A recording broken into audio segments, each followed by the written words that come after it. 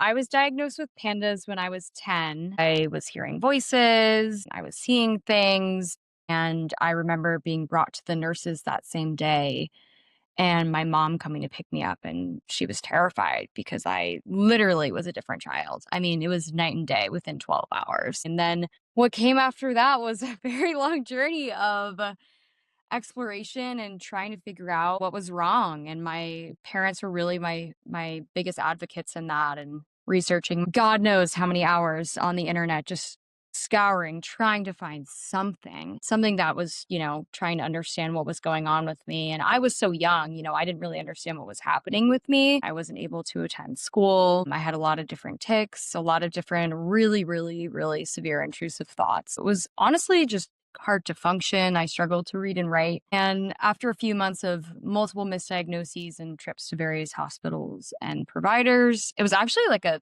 child therapist that mentioned PANDAS to my mom. And my mom did some Googling and she was like, oh my gosh, this is totally what my daughter has. Welcome to Demystifying PANS and PANDAS, the podcast where we uncover the mysteries, breakthroughs, and hope behind these life-altering conditions.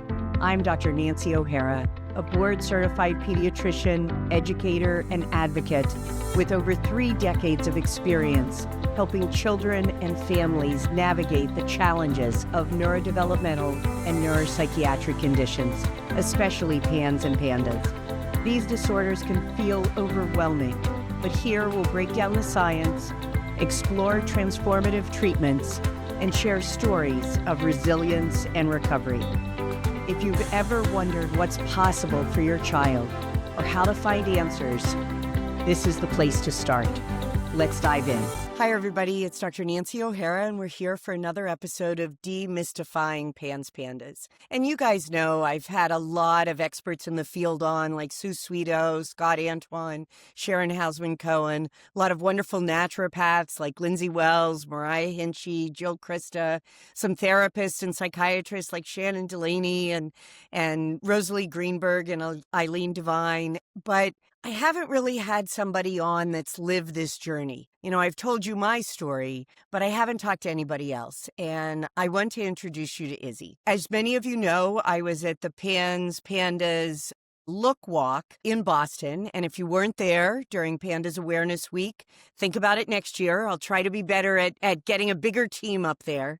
But there were a lot of wonderful people talking. Senators, congressmen, Peggy Chapman, Jennifer Frankovich, Mark Pasternak. I could go on. But I was most impressed with Izzy. And she gave an amazing speech, raising awareness, raising understanding, and just being her.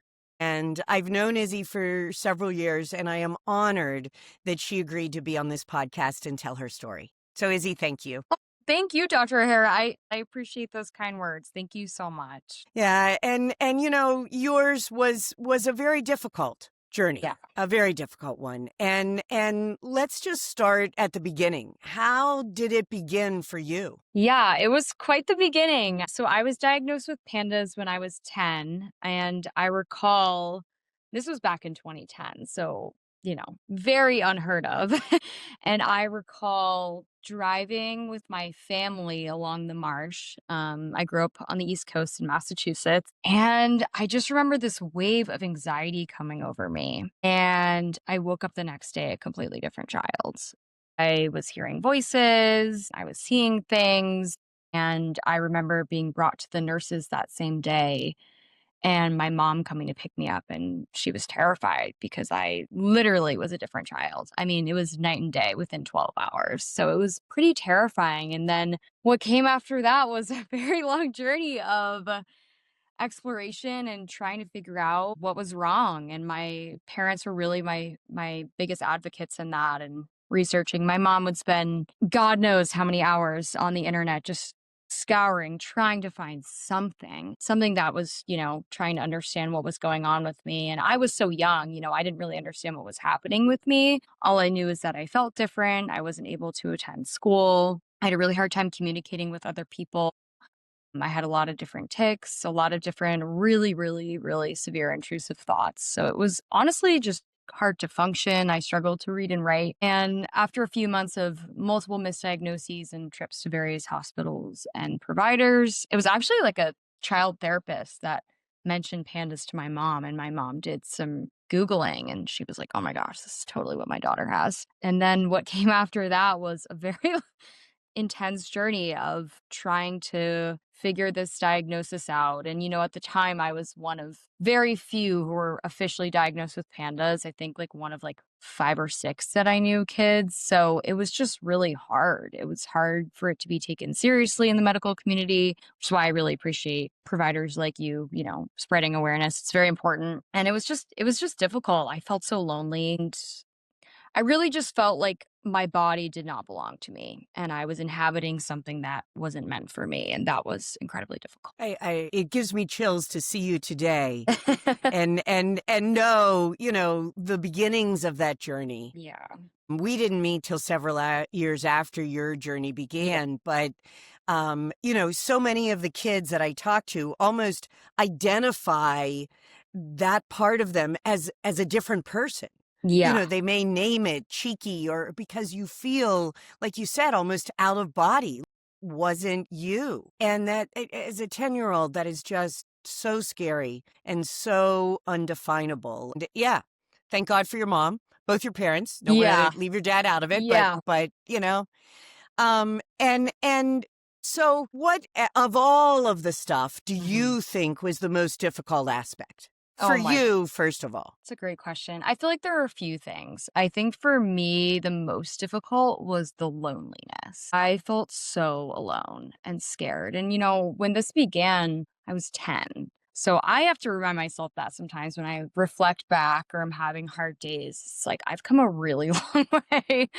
And I was just a kid, and, my journey, I would say, more so concluded around 20. So it was a 10-year journey and, it's everyone's very different, every case and every child's different. I want to emphasize that, but that was my journey. And yeah, I would say the loneliness of not understanding what was going on. And even though I had a diagnosis, right, of PANDAS PANS, that didn't stop the complications that came. And I remember think it was you, but there were a few other providers. Like, I was an onion. Like, I had so many layers to my diagnosis, Yeah. as you know. It was not a it was a very complex case. I was a very complex case. And I think that loneliness in that felt really difficult of kind of feeling like this enigma for doctors, and Yeah.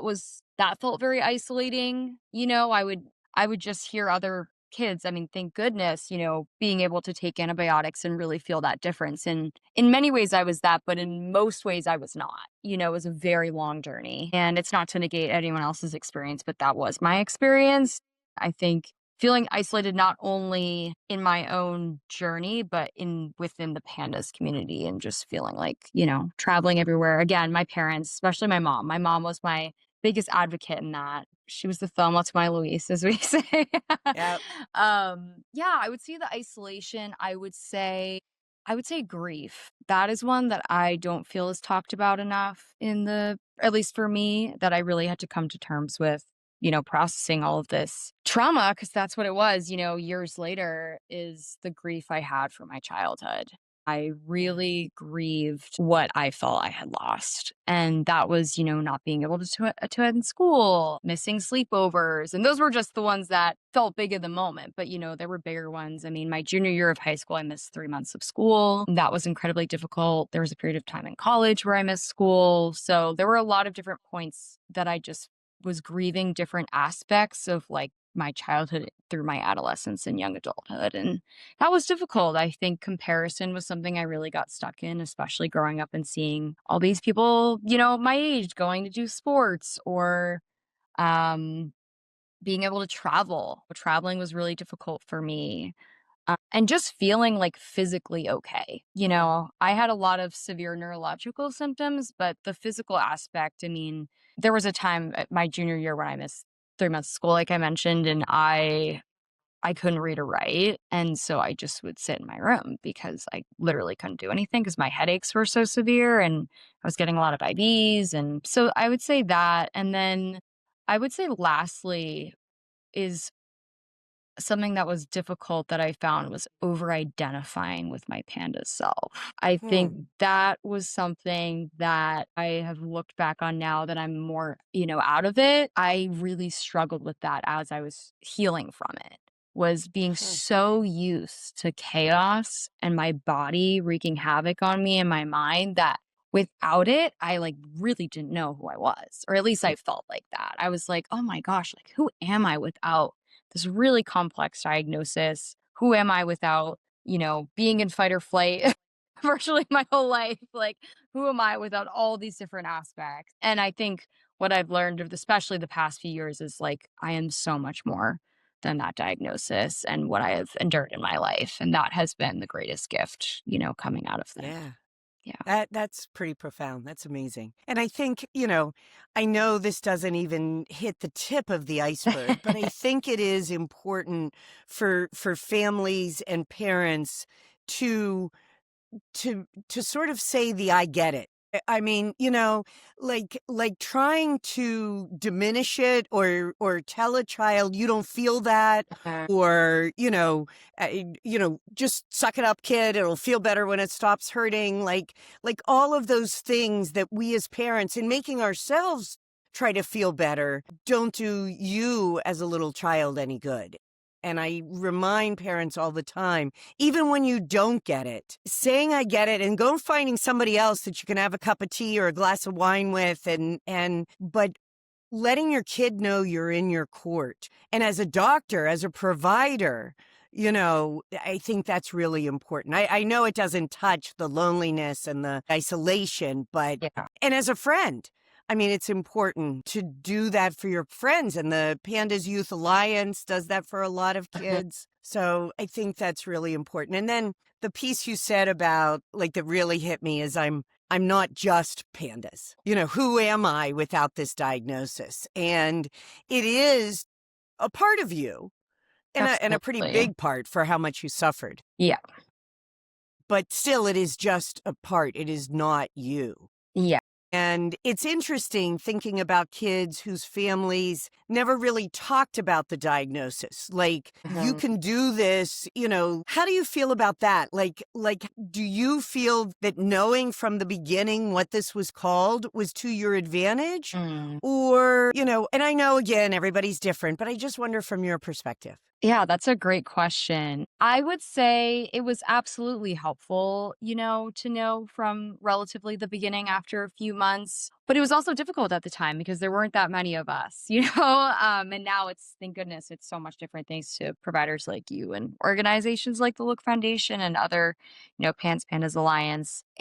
Yeah, that's a great question. I think for me, what I would say is that even finding out the diagnosis and knowing what it is, it's still hard. Like it's helpful. I can imagine it brings a lot of relief for parents. I know my mom and my dad, it Yeah. was such a relief for them to know that they weren't, not only that I wasn't crazy, but they weren't crazy because they saw Yeah. this change, and my brothers as well. But I think like, yeah, I mean, I would say for me, it was helpful, but it didn't stop the roadblocks that I Yeah. experienced, is what I would say. I think, and again, I think a lot of times have changed, which is amazing in the Pans Pandas community. But I also think it's having a diagnosis doesn't negate the pain that you go through every day. It's Right. validating and helpful in the medical community. It's really, really important. And at the same time, like, I'm just thinking back to memories of like me alone in my bed trying to fall asleep at night. And no matter the diagnosis that I had, it Right. didn't matter at that point because I just felt so alone. And I still, even understanding what PANS Pandas is, even knowing what the diagnosis entails,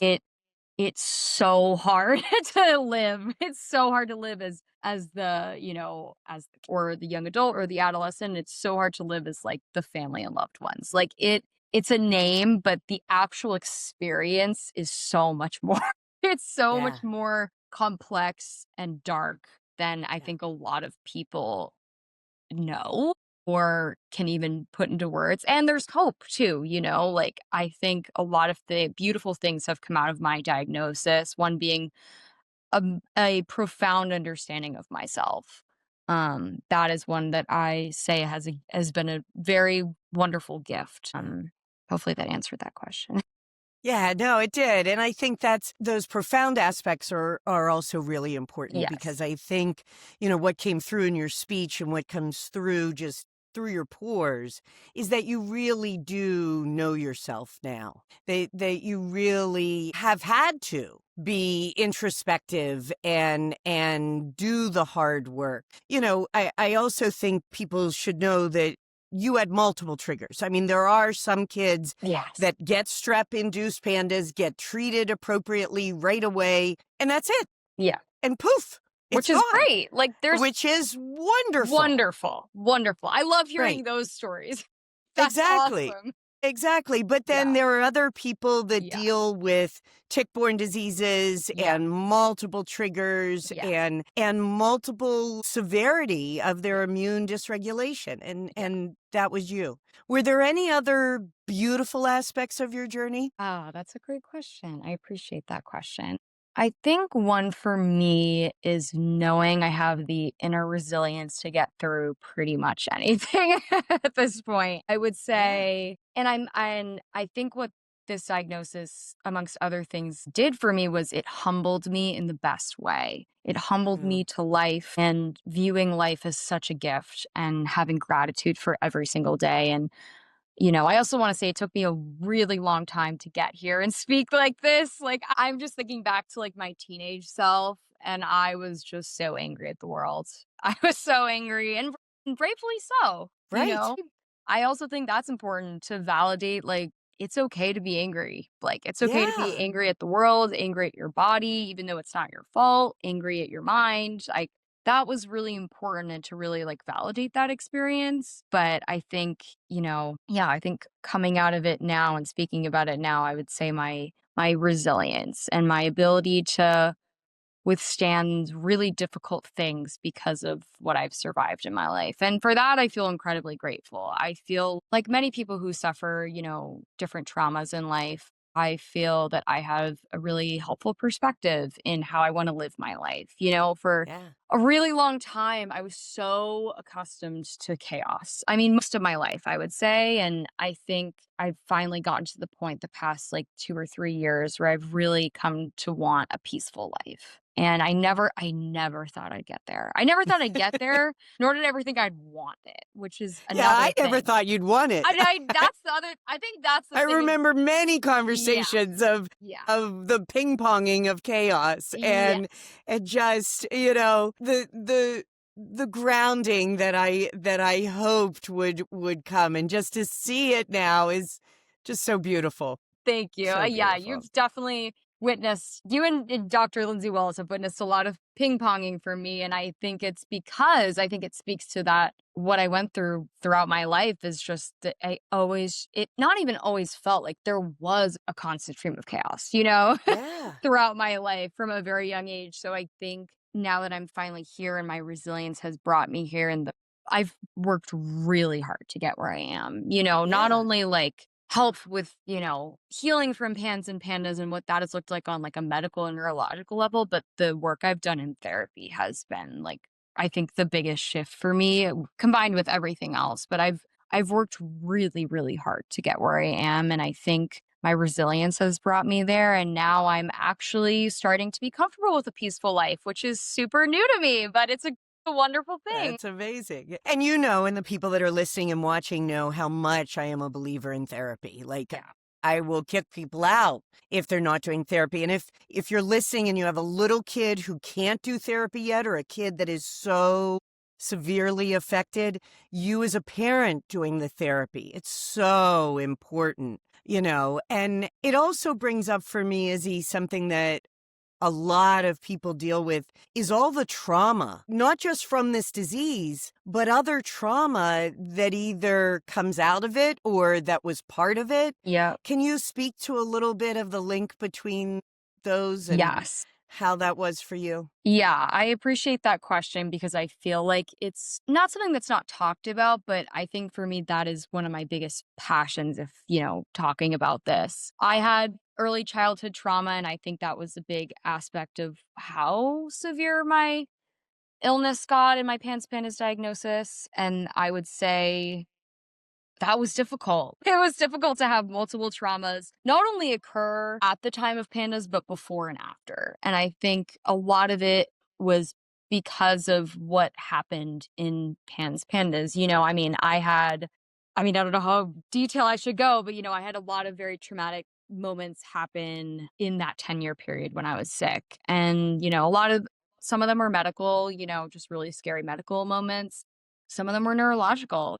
I had some really, really, really difficult times. And I think it's so hard to explain not only the trauma that goes on with, this illness and how it attacks our body, but also just like living and existing in a mind where it's attacking itself and trying to operate in a way that's still functional is traumatic in itself, like Yeah. the thoughts that I had to deal with on a day-to-day basis for 10 years were very hard, very hard. And that was traumatic in itself. And then on top of that, the medical aspects and just how it's all intertwined. When our bodies are in fight or flight for so long, like mine was, it is really difficult to ground and function in a way that feels regulated and healthy.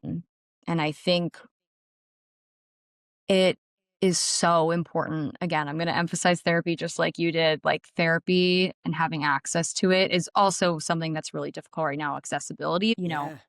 having access to a therapist, whether that's the parents or caregivers going or the child is pretty critical. And I would say, honestly, I am where I am for a multitude of things coming together, but therapy. And I worked really hard in the past few years to process a lot of what happened throughout my life, before PANDAS, during PANDAS, after PANDAS. And I think the thing with trauma is in my opinion, it's all intertwined. Yeah.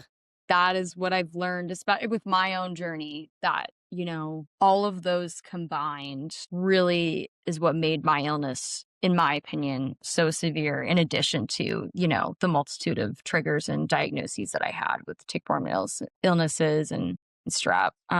Yeah, it was hard. And, I think for me, I've learned a lot from having multiple traumas throughout my life. And again, coming back to that resilience piece of understanding that I have lived a lot and I'm still here, which is pretty And cool. you did it. Yeah.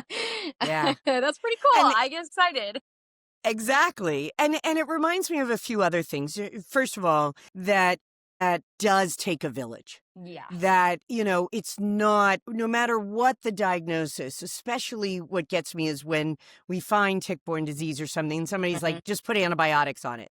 No, this disease is at least three-pronged, treating the immune system, Yeah. not just IVIG and plasmapheresis, but all the other ways we need to do it, including diet. Yes. And I agree with that. the antimicrobials, of whatever sort, but the therapy, the treating the symptoms, and sometimes that's medication and sometimes it's nutraceuticals, but the therapy itself, whether it be CBT or DBT or EMDR or hypnosis or, finding a good practitioner Yeah. is so important. And then the other thing that it reminds me of, besides the village mentality, is also the detective work. Like for somebody that's not getting better, it's not just, oh, well, you didn't respond to that antibiotic, or, oh, you're not doing the diet well enough. Right. No, I as a practitioner am missing something. And I as a parent, or I as a therapist, and we need to go back and, like you said, peel the onion, but I'm much more of a gift with wrapping paper. Yeah, that's a good my one. analogy. I like Okay, that. so I'm unwrapping the layers of wrapping paper, and there was this true gift inside, and that is you. And for many years we were not getting to it because there were still more layers. Yes. But just also never give up. Yes. Like there will be some kids that still have a couple layers of wrapping paper around them, and they may need to continue certain things, but keep working at it because you're a living example of the worst of the worst. Sorry, babe. No, it's but true. So it's true. it's true. It's It's definitely true. true. It was Can tough. be there Yeah. and now, be an advocate Yeah. for other people, be somebody that can stand up in front of hundreds of people and talk about the difficult and the profound aspects of this disease and what it has given you as well as what it's taken away from you. Yeah. And that's all.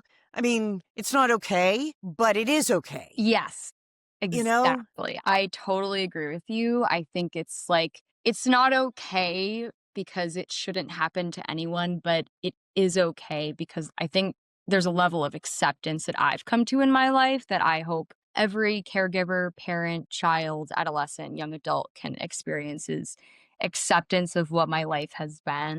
And not in a way that's invalidating, because that's not something I Right. would want anyone to feel. Because I think something that I wish I did more when I was younger and throughout my life up until this point, and that I hope that people who are suffering from PANS, PANDAS, tick-borne illnesses, all of those things, caregivers, is validation is so important. Yeah. Validating your experience, validating your child's experience, whoever is, dealing with this incredibly complex illness, like validating is so important because it regulates your nervous system, which is Yes. crucial with this, diagnosis and the trauma that comes with it. Regulating your nervous system is so hard but so important. And sometimes Yeah. that's literally just a moment of being like, wow, this is hard.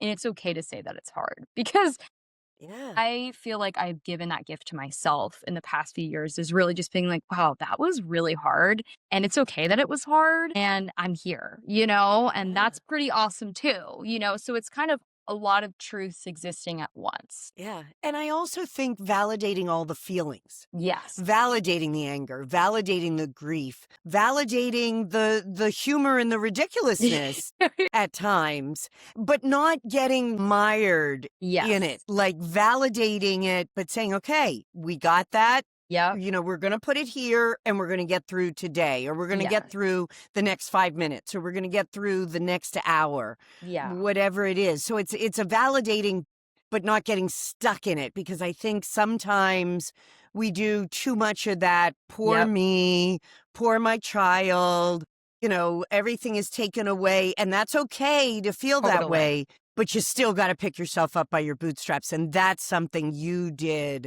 Thank you. almost every day.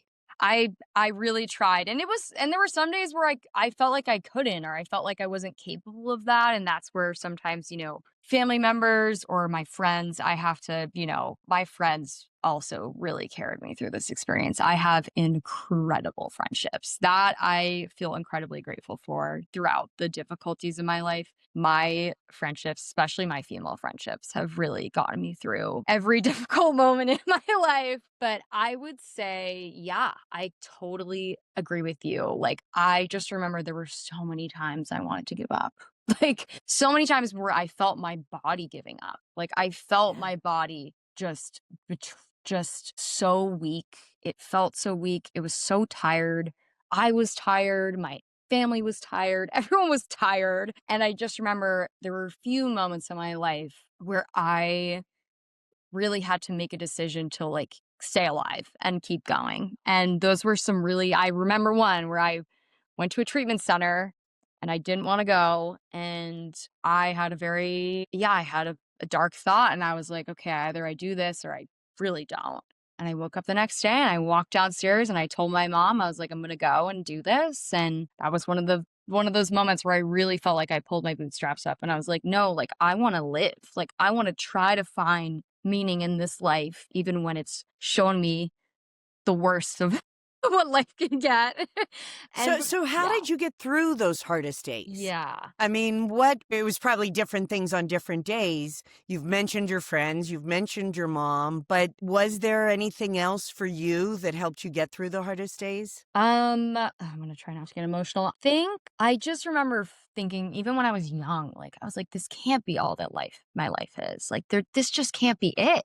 I was such an imaginative child and still a very much of a big imagination. I think I just imagined the things I wanted in life. And I am probably gonna get emotional. I never thought that I would have those things. And but I just had this hope. Even when I didn't want to be here anymore, I was like, there was this inner hope that I sometimes wish would die.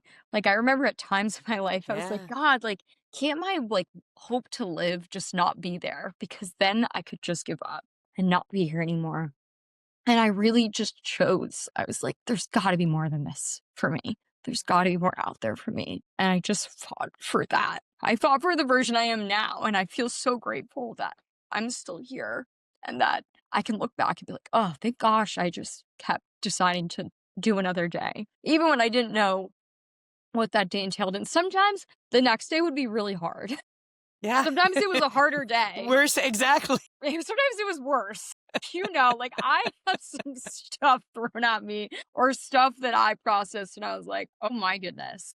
I don't even know. But I think like it was like despite it all, like I'm still here and that for that I feel really grateful. So I think just holding on to that inner hope, even when I didn't even want to listen to it, even when I was annoyed Yeah. by it. And I was like, God, why is this still here? Like after all this, don't you think you just want to like give up now? And I just kept being like, there's gotta be something else. Like, there's just Yeah. gotta. And now that I'm living that something else, I'm like, wow, like there really was. So Yeah. it's so hard. And I'm putting myself in the position that I was in years ago and what many people who are in this position listening right now, like, I would just say, like, gosh, like, hold out that hope for yourself. Even when you don't even know what it looks like or you can't picture it, I promise you it's out there. Like, and it Yeah. wants you too. I think that's the other thing is for a while I was like, my life doesn't want me to be here. It keeps Right. showing me all this pain, all these things that I've experienced throughout my life that many people do, and all my traumas that I've experienced, it feels lonely, but I'm not alone in any of them. Kept being like, I feel like my life just rejects me. Like my body rejects me, my mind rejects me. Like I don't feel like like life wants me to be here.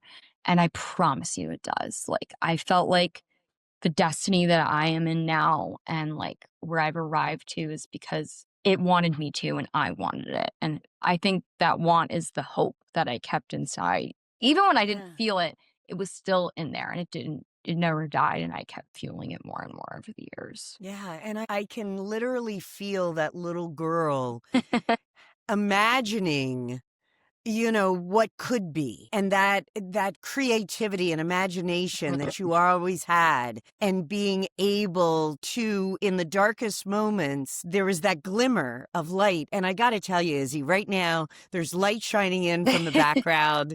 I know you're in a different time zone than I am, and it's a little bit earlier in the day, and I could just it's shining around your face and illuminating you Thank in a way that was always there.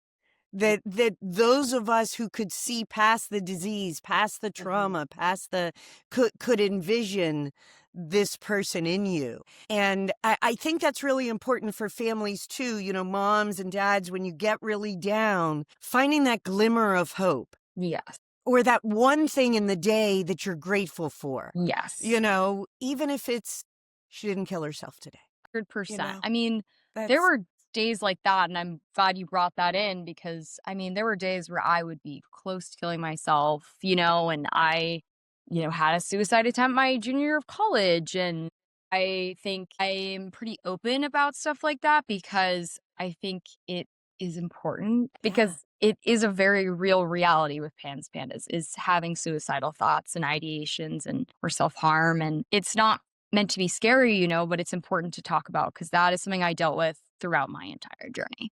I yeah, That was one of the most prevalent things that I really dealt with. And yeah, I mean, I remember there were some days where I would literally be like, well, at least I lived another day. And like I yeah, would take it as that. And I'm sure I can't speak for my parents, but I'm sure they felt the same way, or my brothers felt the same way, or my friends of like, well, at least she's still alive. And yeah, I am, and I am very much alive and I'm happy and I'm healthy now. And I look back at those times where I did engage in self-harm or I did, try to kill myself. And I think looking back, I'm like, gosh, like if I could just give that girl a hug, like, yeah, and I do. I think that's another thing is like give yourself some hugs. Like give yeah. the caregivers, the kids, please give yourself a hug. I mean, goodness, I wish I gave myself more hugs when I was dealing with all Yes. this. Yes. And also no shame. Yes. Especially when you talk about the self-harm, there are Yep. so many kids that go through that, Yep. whether it's suicide attempts or Mhm. cutting or just not being kind to their bodies, whatever it may be, it's not something we want for any of you, but don't be ashamed of it. Yes. Talk about it. Find somebody that it's Yes. okay to talk to Yes. because it is a cry for help. It It is. is. I can confirm. Yeah. Yes. I just remember even before my suicide attempt my junior year, like, I just wanted to feel held, and I was so overwhelmed with so many different aspects of my life, as you were aware of, and, like, I just remember being like, "Gosh, I just feel so alone," and, like, I promise you, to anyone who's listening, like, like, there is so much to life, and I, like, Yeah. remember even hearing people talk about it when I was experiencing suicidal thoughts or self-harm or, my eating disorders that I experienced which is another very real thing in PANDAS that I Oh, feel like yeah. does not get as talked about. That I had a very severe eating disorder. I I just yeah, I promise there is so much more out there. And I remember listening to like even videos like this where people would talk about this and I'm like, especially when I was a teenager, I'm like, I don't believe that. Like, and I'm like, I promise it's true. Like, I Yep. am now becoming the person that I used to listen to and be like, I don't know if I believe that. Like, Yep. it's true. And even my junior year college self, I wish I could tell her that. And that wasn't, so many years ago, maybe, 5 years ago. And I'm in a totally different place now. So, Yeah. Yeah. And the other thing I just wanted to say about like the self-harm and stuff is sometimes some kids do it because it's the only way they feel. yes. Sometimes the depression, the sadness, the overwhelmingness of this disease, Yep. you cut to feel because the pain, at least then you're feeling. And again, not that it's okay, but it's okay. Yes. You know, Exactly. it's that again. I And felt that too. Like I still struggle with disassociation. That is something I've dealt with since I was very young child and I still try to manage it, but I remember I would self-harm sometimes because I just felt so out of my body even though my body was in yeah, pain because that's a way of coping. It's a way right, our body does to cope. So again, like you said, bringing it back to shame, like not shaming yourself for dissociating because right, it's not your fault. Like your body right. is in survival mode and is literally trying to cope with so many different things that are happening. Yep, so agree. I can't imagine anybody being in a better place than you are right now. And I know there will still be struggles in your life. There will be other things that come up. But the resilience that you've developed, the ability to find that hope, that joy when the next thing comes along. And that's what a lot of young adults say to me is that it sucked. It was Yeah. bad. But I am a better Yeah. person. I am a stronger person. Yeah. I can do more for my friends, for myself, for my career, for Yeah. my life, and Yeah. find peace and gratitude in all of it because of what I went through. And you are Absolutely. doing I that. love that you brought that in. Thank Yeah. you. I appreciate that. I'm always so No, used to calling you Dr. Harris, so it's weird to say Nancy, but I'll say well, Nancy. I appreciate that.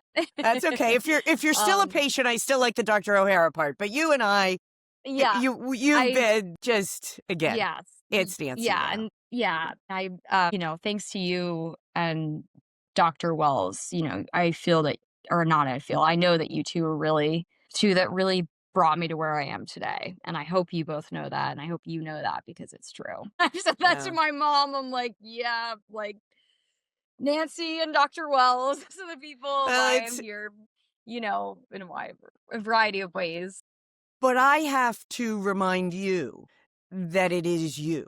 It is you being willing, Mm, you know, even on your darkest days to take a step, to roll over and take a bite, mhm, and that cannot be forgotten and shouldn't be forgotten by us as parents, as practitioners, but right, also as people and just right. acknowledging how much you put into this and now you're reaping the benefits of it, you Yes, know?